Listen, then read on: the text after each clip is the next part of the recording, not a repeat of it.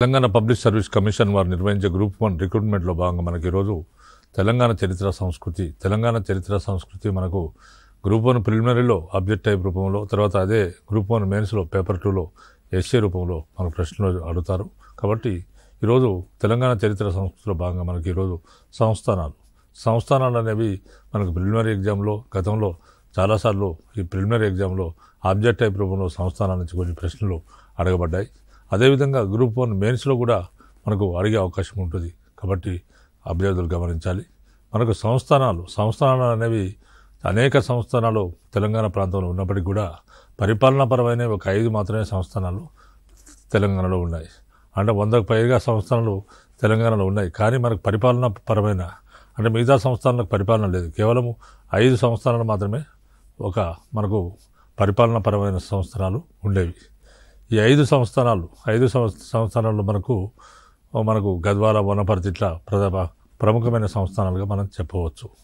ఇవే కాకుండా మనకు ఇంకా ఈ కాలంలో అంటే సంస్థానాలు అనేవి ఎప్పుడు ప్రారంభమయ్యాయి అని అంటే మనకు కొన్ని సంస్థానాలు కాకతీయుల కాలంలో ప్రారంభమయ్యాయి, కొన్ని సంస్థానాలు కుతుబ్ షాహీల కాలంలో ప్రారంభమయ్యాయి, కొన్ని సంస్థానాలు అంతకుముందు కూడా ప్రారంభమైన సంస్థానాలు ఉన్నాయి. అంటే సంస్థానాలు అనేవి వాళ్ళు స్వతంత్రంగా ఉన్నారు. అంటే మొత్తం మన ఆసబ్జాయి రాజ్యంలోనే సంస్థానాలు కూడా పార్ట్గా ఉండేవి. ఆసబ్జాయి రాజ్యంలో అంటే వీళ్ళు సంస్థానాలు స్వతంత్రంగా పాలించుకునేవారు. ఆసబ్జాయి రాజ్యాన్ని క్రీస్తు 1724 సంవత్సరంలో ప్రారంభించిన నిజాముల్ ముల్క్ ఆయన ప్రారంభించే నాటికే ఈ సంస్థానాలు ఉండేవి, ఇక్కడ ఈ ప్రాంతంలో ఉండేవి. కాబట్టి సంస్థానాల జోలికి పోకుండా వీరు సంస్థానాలు స్వతంత్రంగా ఉండనివ్వడం జరిగింది. ఆ విధంగా 1724 సంవత్సరంలో ఆసబ్జాయి రాజ్యాన్ని నిజాముల్ ముల్క్ ప్రారంభించాడు. ఆ తర్వాత ఆయన వారసులు 6 ఆసబ్జాయి రాజ్యాన్ని పాలించారు. ఆ విధంగా ఆసబ్జాయి రాజ్యం అనేది మనకు 1945 సంవత్సరం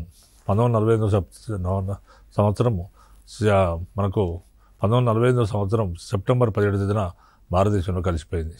అంటే అప్పటి వరకు మనకు అదేవిధంగా గద్వాల సంస్థానం మన 1949 కరెక్ట్గా సంవత్సరం తర్వాత 1949 సంవత్సరం సెప్టెంబర్ 17 తేదీన అది హైదరాబాద్ రాష్ట్రంలో కలిసిపోయింది. ఎందుకంటే 1947లో భారతదేశానికి స్వాతంత్రం వచ్చింది, కానీ హైదరాబాద్ మాత్రం స్వాతంత్రం రాలేదు.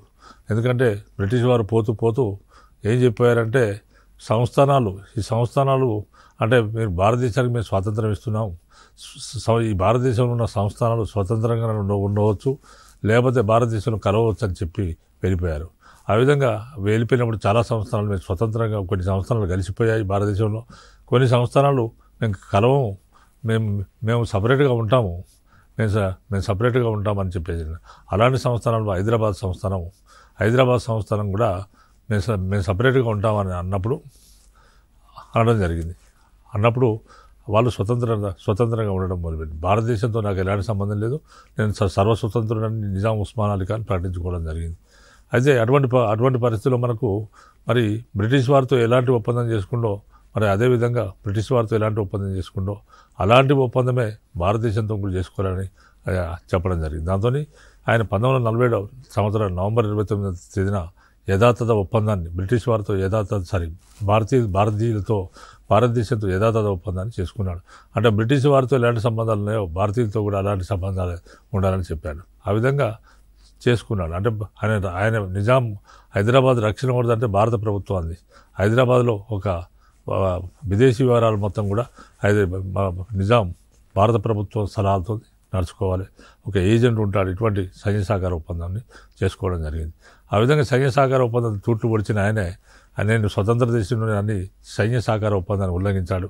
తర్వాత రజాకారుల యొక్క చర్యలు, తర్వాత రజాకారుల యొక్క మొత్తం కూడా రజాకారుల యొక్క అసంపూర్తి చర్యలు అంటే వారి దౌర్జన్యాలు, ఆగడాలు, తర్వాత ప్రజలను కొట్టడం, హింసించడం, తర్వాత ఆడవాళ్ళను చెరచడం, ధనాన్ని దోచుకోవడం, ఇట్లా ఒక శాంతి భద్రతల పరిస్థితి మృగ్యమైపోయింది.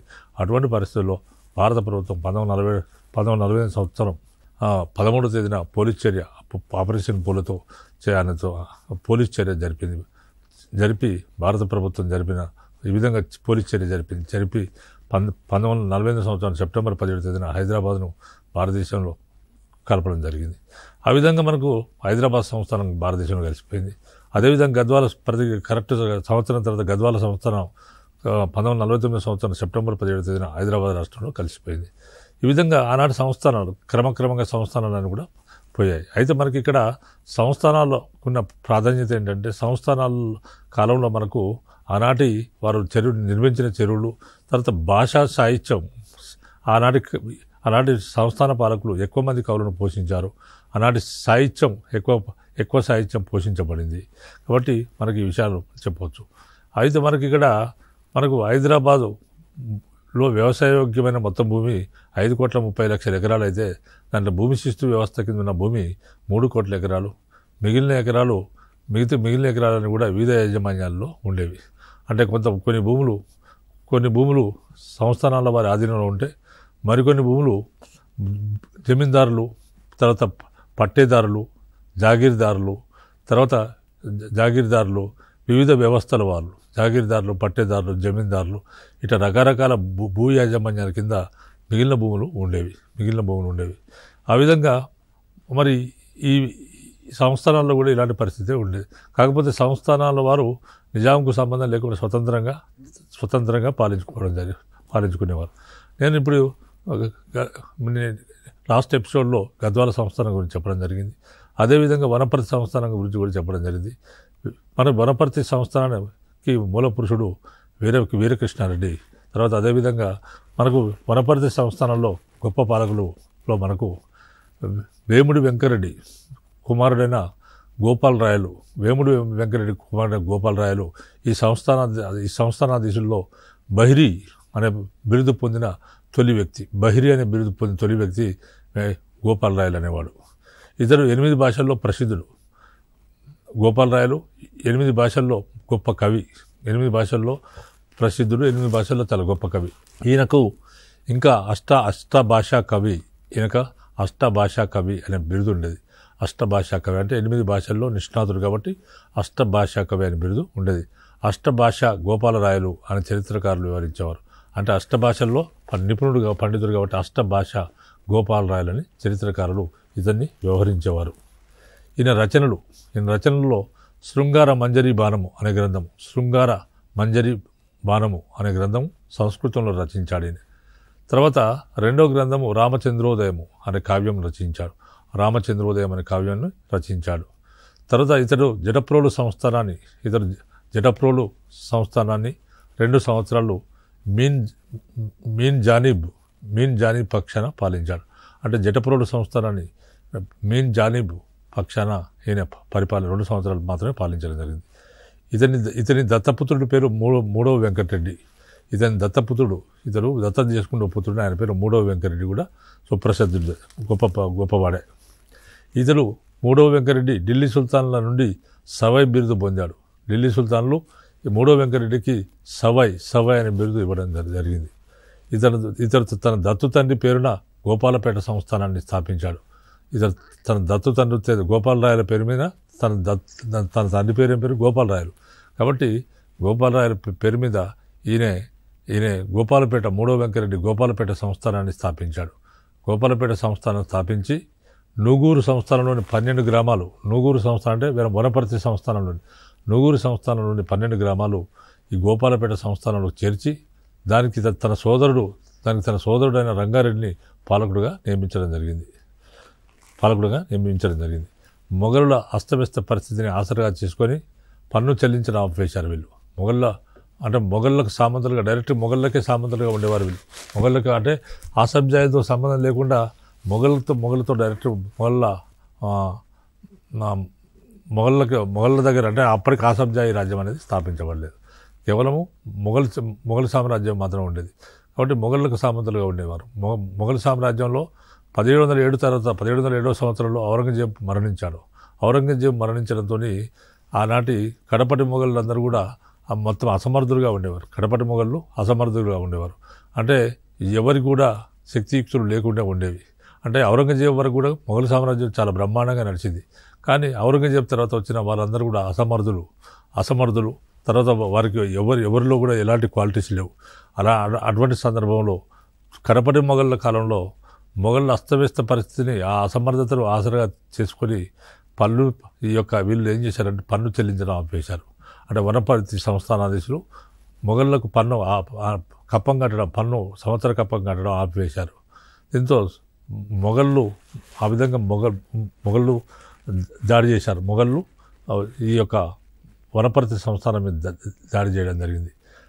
ఆ దాడిలో ఓడిపోయి అవమానంతో 3వ వెంకరెడ్డి 1711 సంవత్సరంలో ఆత్మహత్య చేసుకోవడం జరిగింది.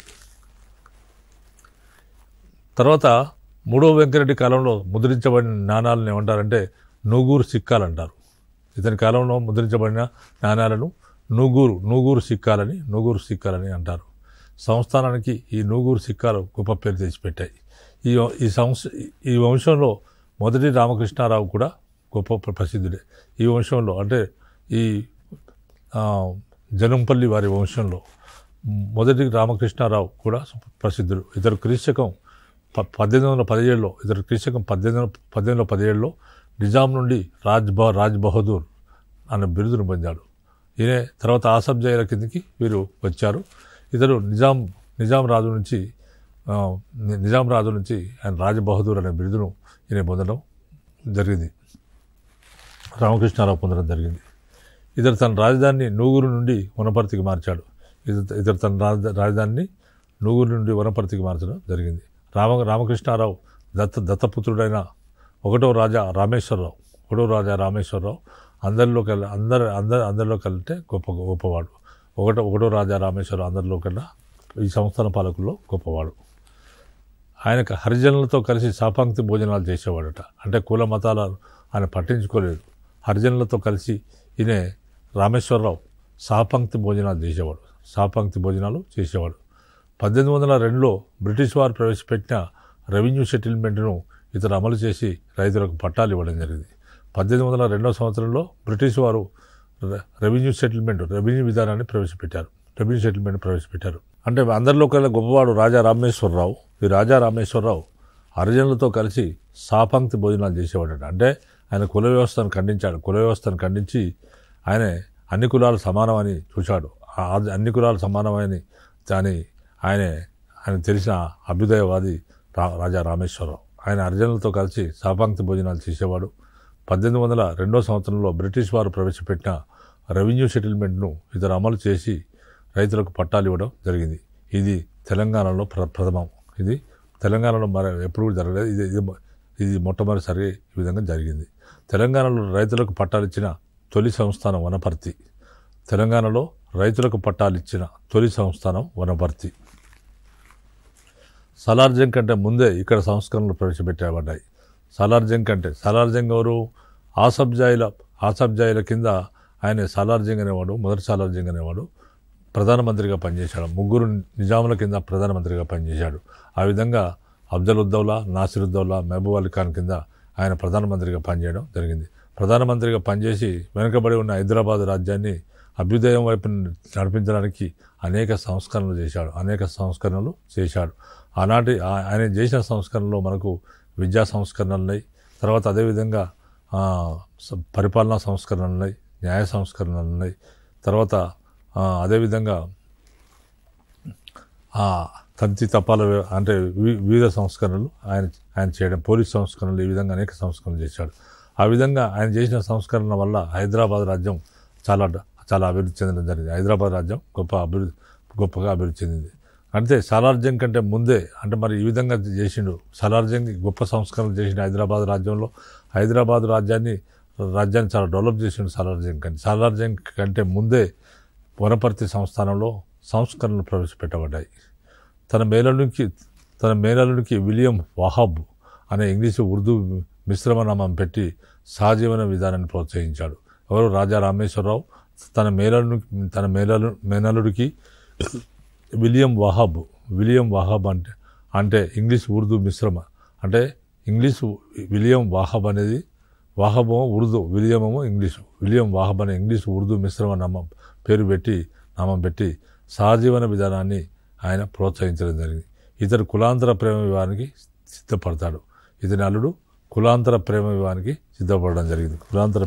సిద్ధపడ్డాడు. నిజాం సర్వసైన్యాధ్యక్ష పదవి పొంది బ్రిటిష్ వారిచే హిజ్ హైనెస్ ఘనత వహించిన బిరుదు పొందాడు. రాజా రామేశ్వరరావు నిజాం సర్వసైన్యాధ్యక్ష పదవి పొందాడు. నిజాం సర్వసైన్యాధ్యక్ష పదవి పొంది బ్రిటిష్ వారిచే హిజ్ హైనెస్ అంటే ఘనత వహించిన అనే బిరుదును పొందడం జరిగింది. అనేక సంఘ సంస్కరణలు ప్రోత్సహించాడు. ఆయన అనేక సంఘ సంస్కరణలకు ప్రోత్సహించాడు. కందుకూరి వీరేశలింగం కంటే ముందే రామేశ్వరరావు ప్రథమాంధ్ర సంఘ సంస్కర్త అని సురవరం ప్రతాపరెడ్డి పేర్కొన్నాడు. అంటే కందుకూరి వీరేశలింగం గొప్ప సంఘ సంస్కర్త, ఆంధ్రాలో ఉన్న కందుకూరి వీరేశలింగం గొప్ప సంఘ సంస్కర్త. ఆయనే అనేక సంఘ సంస్కరణ ఉద్యమాలు చేయడం జరిగింది. ఆయనే విధంగా వితంతు పునర్వివాహాలు, తర్వాత స్త్రీ విద్య, ఇట్లా రకరకాల సాంఘిక దురాచారాలను రూపుమాపి ఆయన సంఘ సంస్కరణ చేయడం జరిగింది. మనకు సురవరం ప్రతాపరెడ్డి ఏమన్నాడంటే రాజా రామేశ్వరరావు కందుకూరి వీరేశలింగం పంతుల కంటే ముందే కందుకూరి వీరేశలింగం కంటే ముందే రామేశ్వరరావు ప్రథమాంధ్ర సంఘ సంస్కర్త, మొట్టమొదటి ఆంధ్ర సంఘ సంస్కర్త అని సురవరం ప్రముఖ స్వాతంత్ర యోధులైన సురవరం ప్రతాపరెడ్డి పేర్కొనడం జరిగింది. తర్వాత ఒకటో రాజా రామేశ్వరరావు, తర్వాత మరో ముఖ్య పాలకుడు రెండో రాజా రామేశ్వరరావు. రెండో రాజా రామేశ్వరరావు వ్యవసాయ అభివృద్ధికి చెరువును తవ్వించాడు. వ్యవసాయాభివృద్ధికి అనేక చెరువులను తవ్వించడం జరిగింది. రెండో రాజా రామేశ్వరరావు గొప్ప భాషా పోషకుడు. ఇతరు క్రీస్తు శకము 1870లో బ్రహ్మ విలాస ముద్రాక్షరశాల అనే ముద్రణాశాల ప్రింటింగ్ ప్రెస్ని ఏర్పాటు చేసి అనేక గ్రంథాలను నచ్చివేయించాడు. ఇతరు గొప్ప భాషా పోషకుడు. ఇతరు క్రీస్తు శకం 1870లో బ్రహ్మ విలాస ముద్రాక్షరశాల విలాస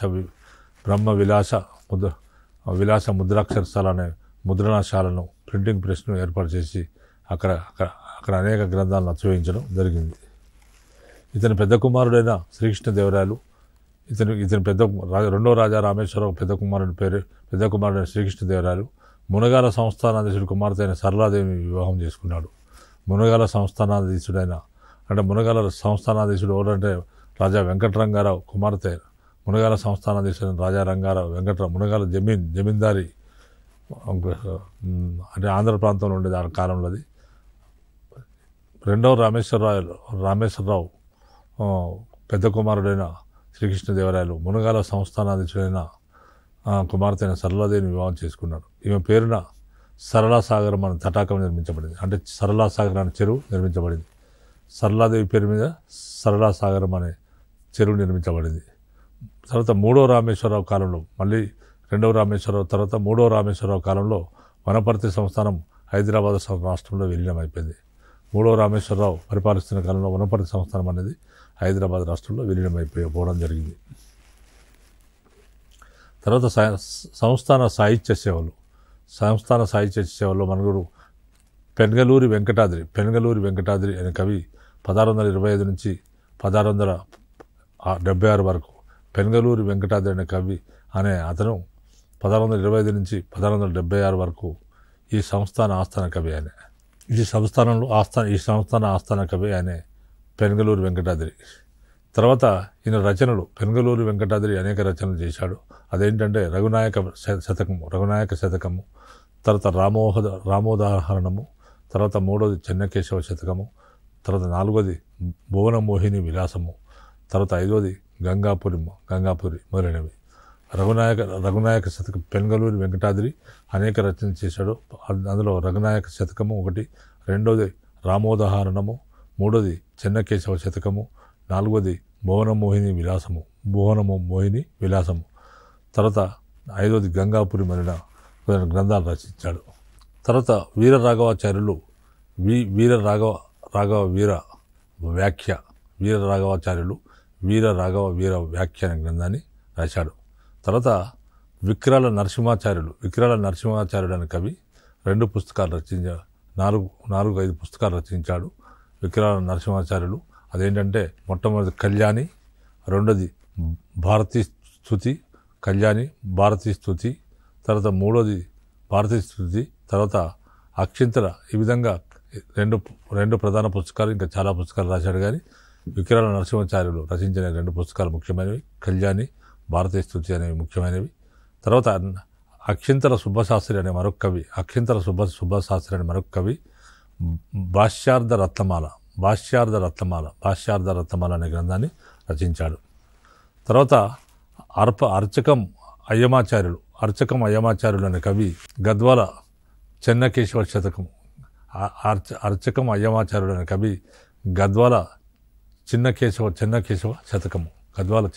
శతకము, తర్వాత పెద్దమందడి చెన్నకేశవ విలాసము,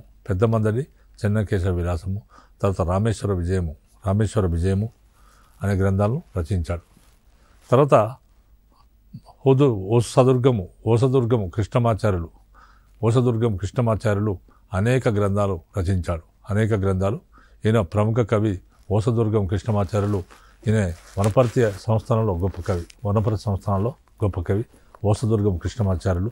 ఆయనే అనేక గ్రంథాలు రచించాడు. అవేంటంటే రామేశ్వర విజయ చెంపు, తర్వాత రెండోది అలంకార మణిహారము, తర్వాత మూడోది ఉన్మత్త పాండవము, తర్వాత నాలుగోది తర్వాత కేశవోత్సవ మాలిక, తర్వాత ఐదోది ప్రసన్నానందలహరి, తర్వాత ఆరో గ్రంథం పేరు రఘునాథ విజయం, తర్వాత నెక్స్ట్ది శ్రీకృష్ణ పంచరత్నమాల,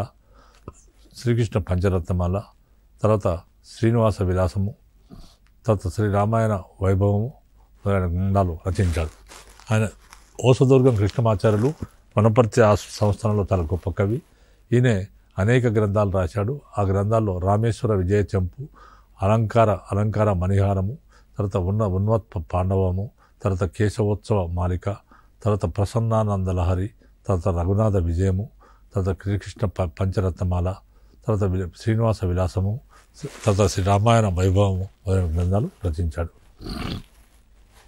తర్వాత మరొక కవి పేరు రాజమన్నార్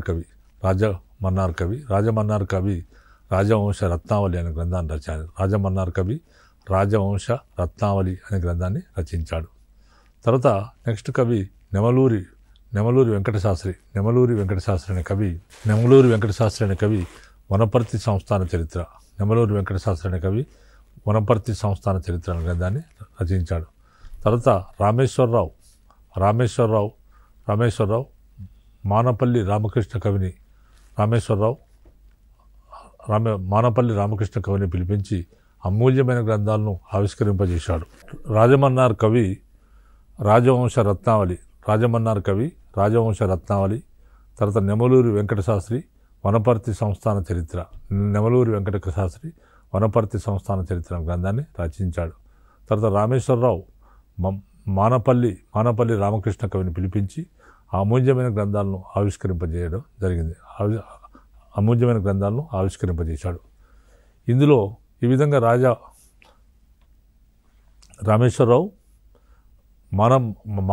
మానపల్లి రామకృష్ణ కవిని పిలిపించి అమూల్యమైన గ్రంథాలను ఆవిష్కరింపజేశాడు. ఈ గ్రంథాలు ఏంటంటే ఒకటి నీతిసార ముక్తావళి, రెండోది కుమార సంభవము, తర్వాత సకర నీతి సమ్మతము.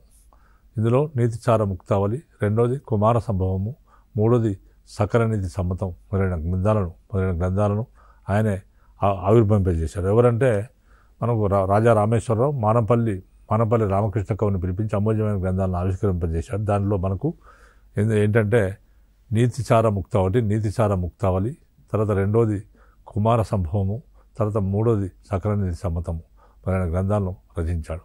ఇవి నీతిసార ముక్తావళి, తర్వాత కుమార సంభవము, సకల నీతి సమ్మతం కూడా ఈ గ్రంథాలు ఇదివరకు మనకు ఈ కాలంలో చాలా ప్రముఖ గ్రంథాలుగా చెప్పబడ్డాయి. తర్వాత కొల్లాపూర్ సంస్థానం, ఆ విధంగా కొల్లాపూర్ సంస్థానం. తర్వాత మనకు ఈ విధంగా నీతిసార వనపర్తి సంస్థానంలో మనకు ఈ విధంగా మనకు ముఖ్యాంశాలుగా చెప్పుకోవచ్చు. వనపర్తి సంస్థానంలో మనకు నీతిసార ఈ విధంగా గొప్ప సాహిత్యం అభివృద్ధి చెందింది వనపర్తి సంస్థానంలో. తర్వాత మనకు వనపర్తి సంస్థానంలో ముఖ్యమైన కవి ఓసదుర్గం కృష్ణమాచార్యులు. ఆయనే రామేశ్వర విజయ చెంపు, తర్వాత అలంకార మణిహారము, ఉన్మత్త పాండవము, తర్వాత కేశవోత్సవ మాలిక, తర్వాత ప్రసన్నానందలహరి, తర్వాత రఘునాథ విజయము, తర్వాత శ్రీకృష్ణ పంచరత్నమాల, శ్రీనివాస విలాసము, శ్రీ రామాయణ వైష్ణవ వైభవం అనే గ్రంథాలను ఆయన రచించడం జరిగింది. తర్వాత ఈ విధంగా మనకి ఈ కాలంలో అర్చకం అయ్యమాచార్యులు రచించిన గద్వాల చెన్నకేశవ శతకము, తర్వాత పెద్ద మందరి చెన్నకేశవ విలాసము, తర్వాత రామేశ్వర విజయం. అర్చకం అయ్యమాచార్యులు అనే కవి చాలా గొప్ప కవి. ఆయన 3 గ్రంథాలు రాశాడు. గద్వాల చెన్నకేశవ శతకము, తర్వాత పెద్ద మందరి చెన్నకేశవ విలాసము, తర్వాత రామేశ్వర విజయము అనే 3 గ్రంథాలు రాశాడు. ఆ విధంగా అర్చకం అయ్యమాచార్యులు కూడా చాలా ఇంపార్టెంట్ కవి కాలంలో. తర్వాత వీర రాఘవాచార్యులు వీర వ్యాఖ్య అనే గ్రంథం రాశాడు. తర్వాత విక్రాల నరసింహాచార్యులు కళ్యాణి, ఇలాంటి గ్రంథాలు మనం ఇవన్నీ కూడా చెప్పడం జరిగింది. తర్వాత ఓసదుర్గం కృష్ణమాచార్యులు, తర్వాత అర్చకం అయ్యమాచార్యులు చాలా ముఖ్యమైన కవులు. అంటే చాలా ఈనాటి గొప్ప కవులుగా మనం వనపర్తి ఆస్థానంలో వనపర్తి సంస్థానం గొప్ప కవులుగా మనం భావించడం జరుగుతుంది. తర్వాత వీరే కాకుండా అంటే ఈనాటి గ్రంథాలు ఈనాటి సాహిత్యము మనం ముఖ్య అంశాలుగా చెప్పుకోవచ్చు. మనకి ఇక్కడ వనపర్తి సంస్థానంలో ముఖ్య అంశాలుగా చెప్పుకోవాల్సినవి ఏంటంటే, మనకు వనపర్తి సంస్థాన మూల పురుషుడు వీరకృష్ణారెడ్డి. తర్వాత అదేవిధంగా వనపర్తి సంస్థానంలో మనకు గొప్ప రాజులు ఎవరంటే మనకు రెండవ వెంకటరెడ్డి, ఆయన బాహిరి అనే బిరుదు పొందడం జరిగింది. తర్వాత వచ్చిన గోపాలరాయల పేరు మీదనే ఆయన దత్తపుత్రుడైన గోపాలరాయల పేరు మీదనే ఆయన దత్తపుత్రుడైన 3వ వెంకటరెడ్డి గోపాలపేట సంస్థానాన్ని ఏర్పాటు చేశాడు. గోపాలపేట సంస్థానాన్ని ఏర్పాటు చేసి తన సోదరుడైన రంగారెడ్డిని పాలకుడిగా నియమించడం జరిగింది. తర్వాత ఈ కాలంలో ఉన్న రెండవ రామేశ్వరరావు గొప్ప ఆదర్శ పురుషుడు.